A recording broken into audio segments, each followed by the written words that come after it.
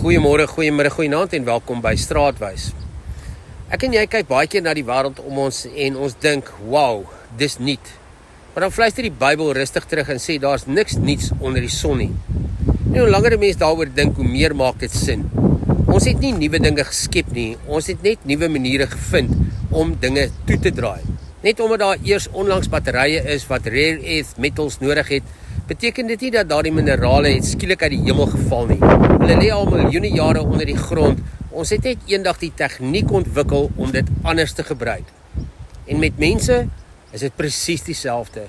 As jy fyn kyk, struggle ons vandag met presies dieselfde goed as in die oertyd, in die Bybelse tyd en 100 jaar terug. Ja, ons het tegnologies gegroei en ons dink en ons analiseer dalk meer gesofistikeerd, maar diep binne in ons dra ons steeds dieselfde goeters met ons rond. Dis hoekom die Bybel na soveel jare nog steeds met ons praat.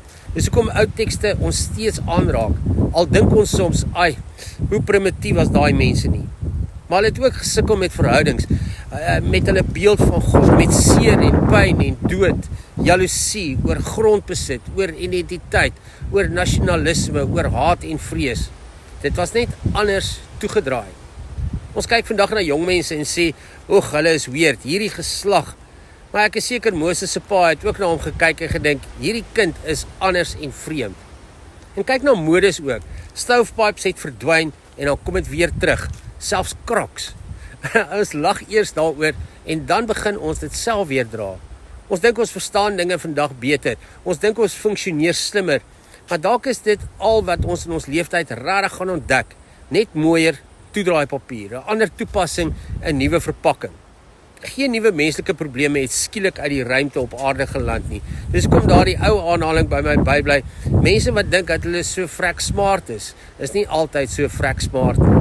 Want diep binne in ons sit steeds daardie oerbrein van veg of vlug, net mooier verduidelik.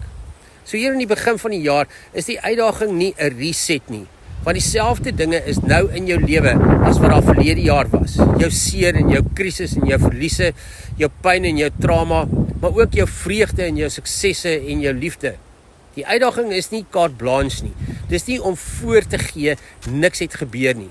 Die uitdaging is om te leer hoe om dit nuut toe te pas. Elke dag, elke oomblik. Want ja, die wiel is duisende jare terug ontdek, maar elke keer as ons dit nuut toedraai, maak dit die lewe makliker en eenvoudiger. Party van ons leef egter met goed wat nog in meelsakke van 50 jaar terug toegedraai is. En die probleem met ou toedraaiwerk is, dit rafel uit, dit verbleik, dit raak onooglik en uiteindelik onbruikbaar.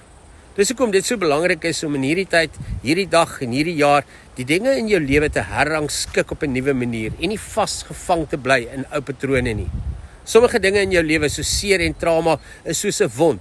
Jy kan dit versorg en omgee daarvoor, maar as jy dit nie gereeld skoonmaak nie, as jy nie nuwe pleisters plak, nuwe toerusting, nuwe insig gebruik nie, kan dit selfs onder die pleisters wat met die beste bedoelinge opgeplak is, ook vrot. So ja, daar is niks niets onder die son nie, maar dit beteken nie jy moet vasval in gister se pyn nie. Maak oop, maak skoon, wees bewus, kry raad, kry insig, leer, lees, vra. Gebruik die hulpmiddels wat daar nou tot jou beskikking is en leer om jou lewe weer mooi, vars en relevant en betekenisvol toe te draai, hier, nou en in hierdie jaar. Want alles in die lewe is op die ou end van die dag seker maar net 'n remix, maar jy kan bepaal hoe jy die note gaan rangskik en hoe joune gaan klink. So ek sê vir jou, ek hoop jy het 'n wonderlike dag en tot ons weer saam stap, mooi loop.